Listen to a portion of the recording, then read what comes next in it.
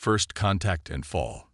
Commander Elena Reyes gazed through the observation deck's massive viewport at the pristine world below. Terra Nova was humanity's furthest colony, 27 light-years from Earth, a jewel of azure oceans and emerald continents. For 3 years, this research station, Athena, had been her home, a symbol of humanity's peaceful expansion into the stars. "Commander, you should see this." Lieutenant Dawson's voice cracked over the comm, an unusual edge of tension in his normally calm demeanor. Elena pushed away from the viewport and floated through the microgravity environment toward the command center. "What is it, Dawson?"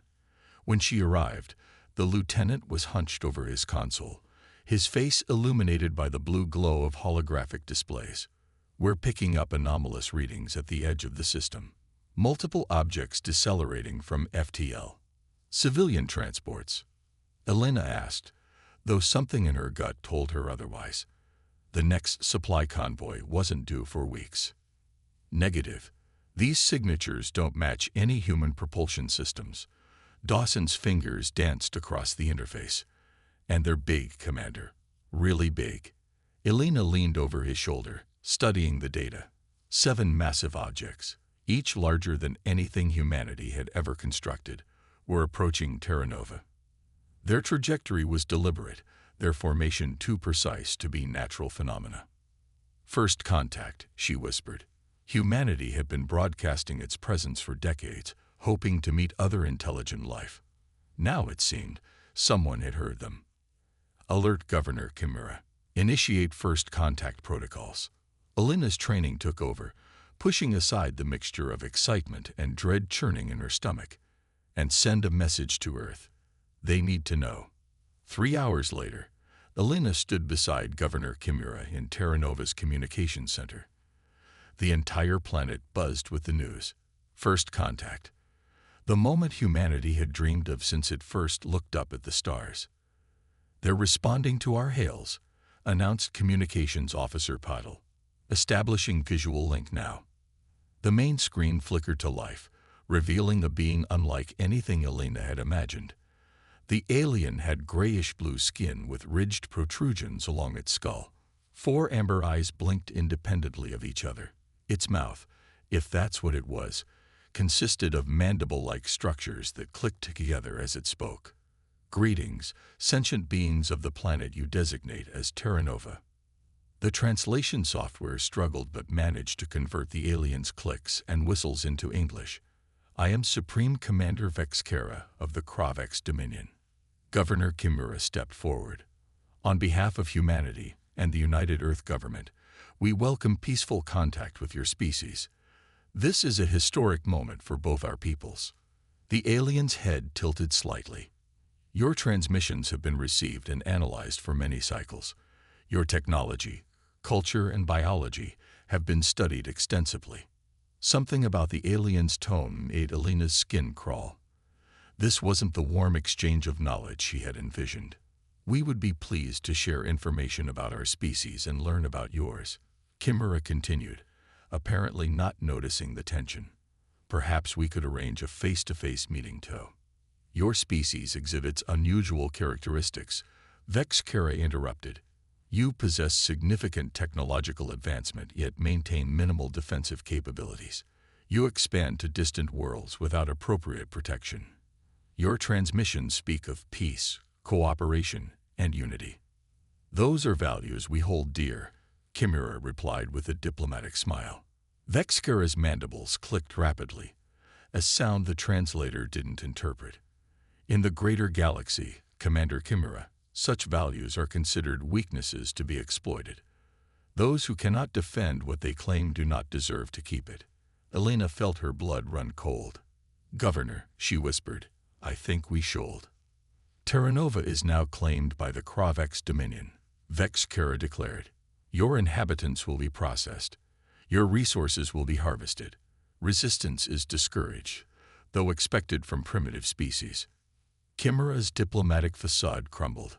"This is an act of aggression. We've done nothing to provoke. Your existence beyond your homeworld is provocation enough," Vex Kara replied.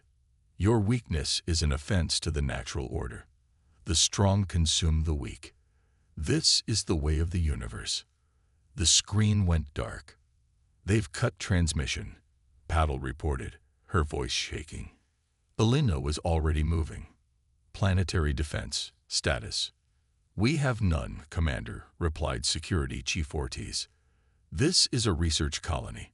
We have a few security shuttles. Nothing that could be considered military. Alarms blared throughout the station. Multiple projectiles detected, Dawson shouted. They're launching an attack. Elena watched in horror as streaks of light descended from the alien ships toward Terra Nova's surface. The first impacts were visible even from orbit, blossoming flowers of fire-consuming cities and settlements. Evacuate the station, Elena ordered. Get everyone to the emergency shuttles. Head for the far side of the moon. It might shield us from their sensors. As the crew scrambled to obey, Elena made her way back to the communication center.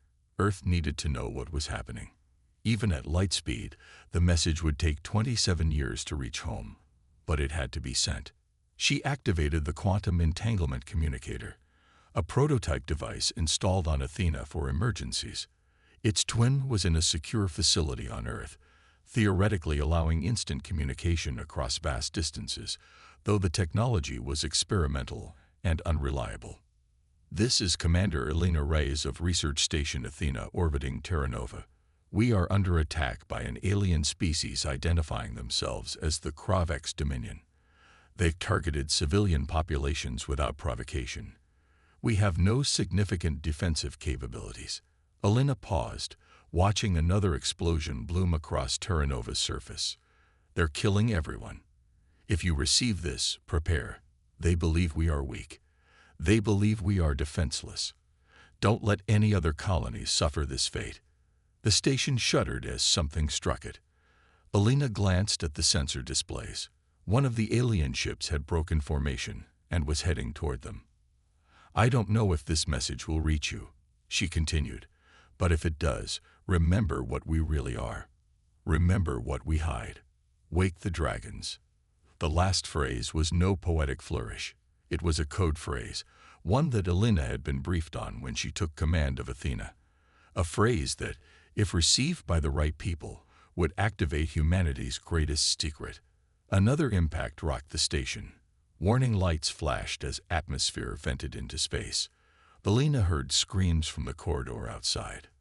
They think we're weak, she whispered into the communicator as the alien ship loomed closer on the view screen. Show them how wrong they are. The transmission ended as the command center's viewport shattered. On Earth, in a facility buried beneath the Antarctic ice, a quantum entanglement receiver activated for the first time in its operational history. A message flickered across screens monitored by technicians who had never expected to see actual data. The duty officer stared at the final words of the transmission, then reached for a red phone, a direct line to the one person who needed to hear this immediately. Admiral, he said when the call connected, we've received a QE transmission from Terra Nova. Commander Reyes has sent the wake phrase. The dragons are awakening. In an office high above Geneva, Admiral Marcus Chen set down his coffee cup with careful precision. For 50 years, humanity had maintained the illusion of being a peaceful, largely defenseless species. For 50 years, the secret fleet had remained hidden, its weapons dormant, its soldiers sleeping. Authenticate the message, Chen ordered. And if confirmed, initiate Project Cerberus. Full activation. Yes, sir, the duty officer replied. And sir, the aliens call themselves the Kravex Dominion. Chen nodded slowly. Understood. They'll learn soon enough what happens when you mistake a sleeping dragon for easy prey. Throughout the solar system, hidden bases began powering up. In the asteroid belt, massive hangar doors opened for the first time in decades. On Mars, underground facilities hummed with activity as cryogenically preserved soldiers were awakened. In Jupiter's orbit, weapons platforms disguised as research stations activated targeting systems. The dragons were waking, and they were hungry. Darius Reed had been a farmer on Terra Nova for 5 years. Before that, he had been something else entirely, something he thought he'd left behind when he traded his uniform for overalls. Now, crouched in the ruins of what had been his home, watching alien troops round up survivors, he felt the old training return. The aliens hadn't spotted him yet, hidden as he was in the rubble of his collapsed farmhouse. His wife and daughter were somewhere out there, hopefully among the living. He studied the alien soldiers. Their technology was impressive, but not incomprehensible. Their tactics were methodical, but not flawless. They could be fought. They could be killed. Darius wasn't alone. In the shadows of fallen colonies, in hidden bunkers and remote outposts, survivors were gathering. Former soldiers like him, engineers, doctors, regular people driven to extraordinary actions by the need to survive. A resistance was forming. As he watched the alien patrol pass by, Darius made a silent promise. He would find his family. He would fight these invaders. And when Earth finally learned what had happened here, when humanity showed its true face to these aggressors, he would be ready to join the counterattack. Little did the Kraveks know that they hadn't conquered humanity's outer defenses. They had merely awakened its fury. The dragons were coming. The counterattack. Admiral Marcus Chen stood in the command center of the UES Prometheus, the largest warship humans had ever built. For 50 years, it had remained hidden inside a hollowed-out asteroid in the belt, maintained by skeleton crews who rotated in and out under the guise of mining operations. Now it hummed with power and purpose, surrounded by a fleet of 20 similar vessels. "Status report," Chen demanded, his eyes fixed on the tactical display showing the assembled armada. "Project Cerberus is at 97% activation, Admiral," replied his XO, Commander Yasmin Khoury. "All ships report combat readiness. The 1st through 5th divisions are fully armed and manned. The 6th is still bringing weapons systems online, but estimates completion within the hour." Chen nodded. The Prometheus alone carried enough firepower to level a continent. Together, the fleet represented the pinnacle of human military engineering, technology developed in secret and kept hidden from the galaxy. "What about the Valkyries?" Khoury smiled slightly. "Fully operational, sir. All pilots have completed revival and simulation runs. Their neural links are stabilized. The Valkyries were perhaps humanity's greatest secret, fighters neurally linked to their pilots, capable of maneuvers that would kill an unaugmented human. Some might consider them an abomination, a perversion of technology. Chen considered them necessary. And the colonists we managed to evacuate. Safe on Ganymede base. Debriefing is ongoing. They've provided valuable intelligence on Kraveks tactics and technology.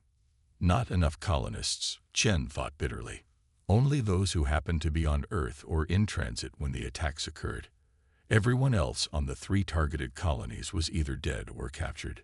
"Sir," Khoury said, her voice lower, "the full Security Council is requesting an update. Some members are concerned about the scope of Project Cerberus." Chen snorted. "They approved the project 50 years ago. A bit late for concerns now. They're specifically asking about the Hellfire Protocol." Of course they were. The Hellfire Protocol was the most extreme option in humanity's arsenal, a weapon system designed as the ultimate deterrent. Many had hoped it would never need to be armed. "Tell them everything else is proceeding as planned. Hellfire remains inactive but available if required."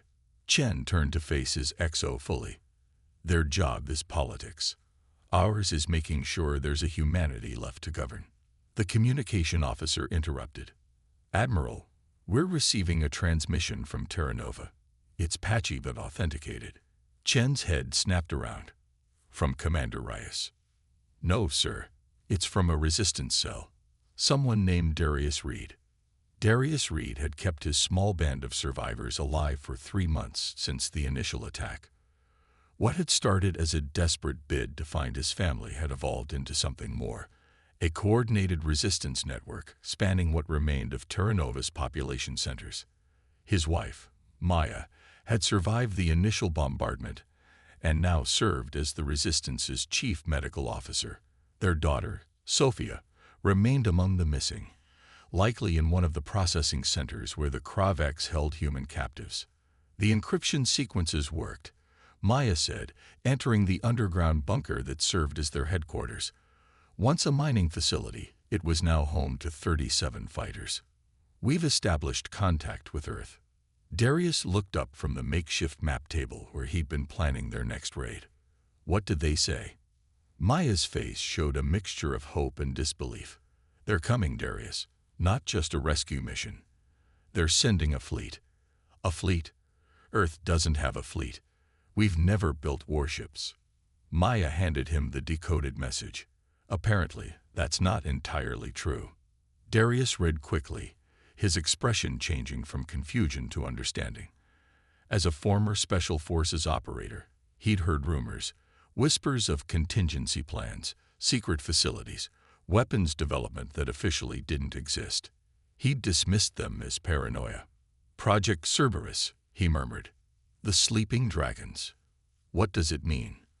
Asked Carlos, a former mining engineer who had become one of their best demolitions experts. Darius looked around at the faces watching him. Civilians turned warriors by necessity, holding on to hope by their fingernails. It means Earth isn't as defenseless as the Kravex think. It means help is coming. He turned to their communications specialist. Can we establish a more stable connection? For a few minutes, maybe. Their ships are approaching the edge of our system. Soon they'll be within real-time communication range. Darius nodded. Get me a line. And everyone else, prepare for Operation Lighthouse. If Earth is sending dragons, we're going to make sure they have targets. In the captured human settlement now serving as the Kravex Command Center, Supreme Commander Vexkera reviewed reports from the other conquered colonies. The subjugation was proceeding efficiently, if not as smoothly as anticipated. These humans were physically weaker than Kravex warriors, their technology less advanced, but they possessed an annoying tenacity. The resistance on the western continent has been eliminated, reported Sub-Commander Rectol. However, we lost another patrol in the northern mountains. These humans, they don't fight conventionally. Vexkera clicked his mandibles in irritation. They are prey species. They flee and hide rather than face honorable combat. It is their nature. Yes, Supreme Commander. However, our intelligence division has intercepted communications suggesting Earth may be assembling a response force. Vexkera made a dismissive gesture with his upper limbs. Their homeworld is 27 light-years distant. By the time any response arrives, we will have stripped these colonies bare and moved on to more valuable territories. There is something else, Supreme Commander. Analysis of the human databases we've captured shows inconsistencies, references to military installations and technologies that don't align with our observations. Propaganda, Vexkera said. All weak species maintain illusions of strength they do not possess. The strategic officer entered the chamber, mandibles clicking rapidly in the Kravex equivalent of alarm. Supreme Commander, long-range sensors have detected multiple objects approaching from the direction of the human homeworld. Impossible, Vexkera snapped. No known propulsion system cooled. They appear to be utilizing some form of space-folding technology we have not previously encountered. Their velocity exceeds our fastest ships by a factor of 12. Vexkera moved to the sensor display. How many vessels? Initial readings suggest 20 capital ships and numerous smaller craft. For the first time since the invasion began, Vexkera felt something akin to uncertainty. The humans had been so defenseless, so easy to conquer. Now they had a fleet. Now they had advanced propulsion. It made no sense. Battle stations, he ordered. Position our fleet in defensive formation around the planet. Whatever they've sent, it cannot match our 7 warships. We have conquered dozens of worlds with less.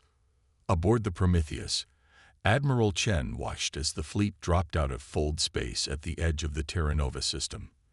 The journey that should have taken decades had been completed in months, thanks to technology humanity had kept hidden from the rest of the galaxy. Status of the Kravex fleet, Chen asked.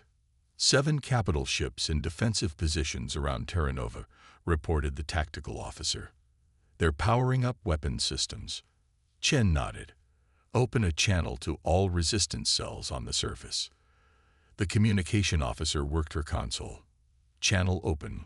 Sir, this is Admiral Marcus Chen of the United Earth Defense Fleet to all human resistance fighters on Terra Nova. The dragons are awake. I repeat, the dragons are awake. Initiate Operation Lighthouse and seek shelter. Across Terra Nova's surface, hidden transmitters activated, sending precisely targeted signals into orbit. Each beam highlighted a Kravex ship or installation for the approaching human fleet. They're painting targets for us, Commander Curry observed. Brave souls. Signal the Valkyrie squadrons, Chen ordered. Deploy and engage enemy fighter screens. Capital ships, form up for Hammer Protocol. The Prometheus's hangar bays opened, launching sleek fighters piloted by men and women neurally linked to their craft. They moved with impossible speed and precision, as if the machines were extensions of their bodies. On the tactical display, Chen watched as the Kravex ships began to move, attempting to form a defensive perimeter. Too late. The humans had the advantage of surprise, superior speed, and most importantly, rage. All ships, weapons free, Chen commanded. Show them what happens when you wake the dragons. From his vantage point in the mountains, Darius watched as new stars appeared in the daytime sky. Flashes of light marking the beginning of the battle in orbit. The Resistance had done their part, activating the beacons that would guide Earth's weapons to their targets. Now they had a different mission. Team Alpha in position at Processing Center 1, came Maya's voice over the comm. Guard patrols are reduced. They've called reinforcements to the defense platforms. Team Bravo ready at Processing Center 2, reported Carlos. Explosives set on the power generators. Darius checked his weapon, a hybrid rifle cobbled together from human components and salvaged Kravex technology. Team Charlie moving on Processing Center 3. Execute on my mark. While the Kravex were distracted by the space battle, the Resistance would strike their prisoner facilities. Thousands of captured colonists awaited liberation, including, Darius hoped, his daughter. 3, 2, 1. Mark. The space battle was neither long nor particularly close. The Kravex ships, while formidable against unarmed colonies, found themselves outmatched in every category. The human vessels moved with uncanny precision, their weapons punching through shields that had never been tested against such focused power. On the Prometheus's bridge, Chen watched impassively as the enemy flagship attempted to rally its forces, target their command ship, all batteries.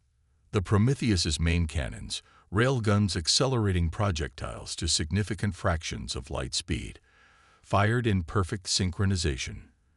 The Kravex flagship's shields flared briefly before collapsing, allowing the projectiles to tear through its hull like tissue paper. Enemy command ship disabled.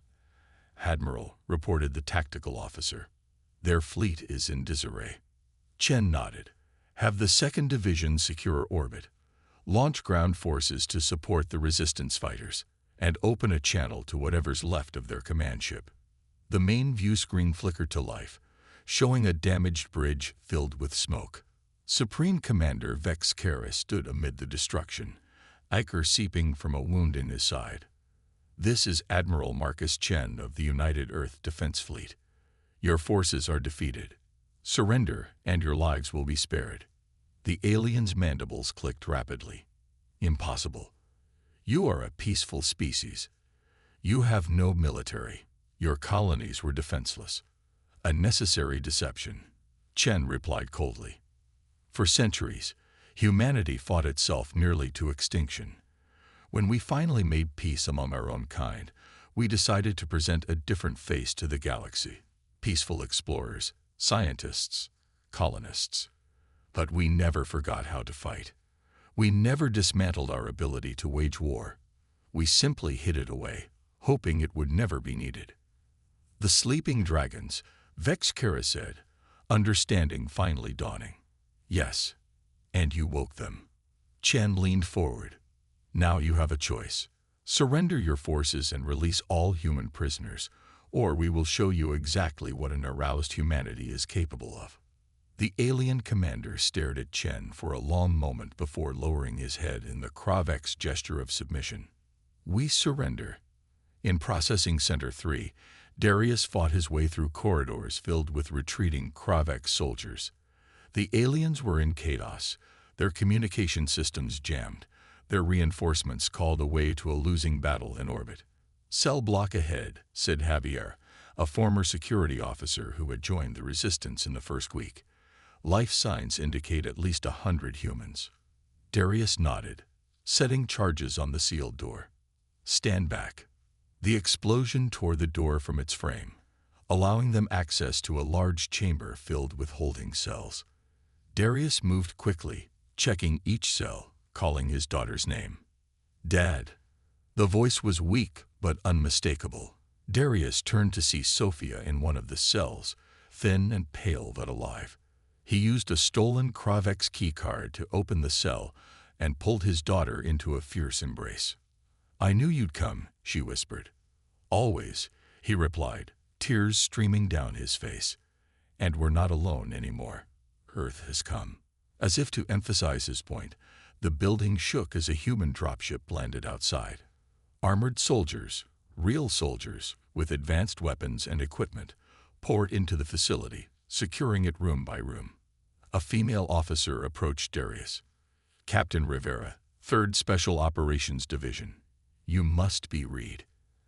Admiral Chen sends his regards." Darius nodded, still holding his daughter.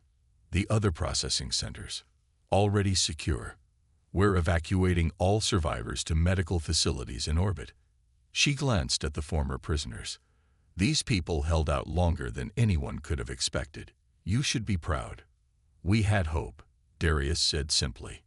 "Now we have proof." 6 months later, the reconstruction of Terra Nova was well underway.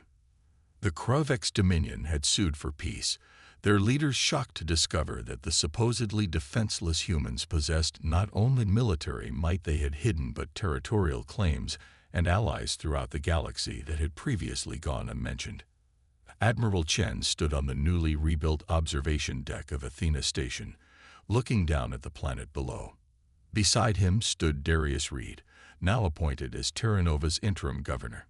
"The Security Council has formally established the orbital defense grid," Chen said. "No more hiding our capabilities. No more pretending to be what we're not." Darius nodded. "The dragons are awake, and will stay that way." "Not just awake," Chen replied. "Watching. There are other powers in the galaxy who might see what happened here as an opportunity rather than a warning. We need to be ready."